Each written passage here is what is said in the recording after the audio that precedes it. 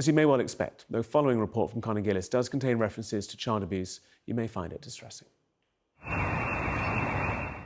This is a place where evil operated, where children were tortured, traded and raped for years.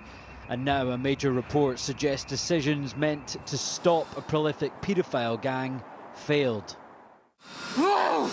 This wasn't hidden crime. Oh, don't. Warnings were seen, records written, organised child rape nights in this filthy, drug-soaked den known as the Beastie House happened amid a system that didn't stop it. It displayed levels of deprivation on the part of the children that you wouldn't have thought possible in, the 2000s. The kids who were literally starving and infested. It seemed curious to everybody that steps hadn't been taken earlier to deal with that situation. Addicts now jailed after children were put in microwaves and money changed hands. But the review examining how this was allowed to go on makes grim reading. Abuse continued because intervention didn't happen. Children were known to the authorities as far back as 2007, and those causing harm were believed, even when evidence showed they were lying. This is, without doubt, the most damning document I've ever read. But the moment that stays with you isn't a statistic or a recommendation.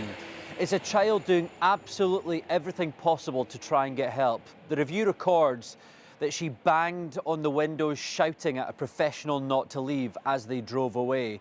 And that wasn't treated as a warning. It was written down as challenging behaviour. And read back now, it's chilling. It feels almost impossible to understand how that changed next to nothing. While decisions stalled, the signs of distress continued. Authorities looking at individual moments, not the mounting pattern. Even those who dealt with the kids and raised the alarm were ignored. One of their hair was a bit messy with head lice. I'm seeing it from her point of view now that she has left them on her head to try and keep these beasts away from her. The head lice were protecting her from them.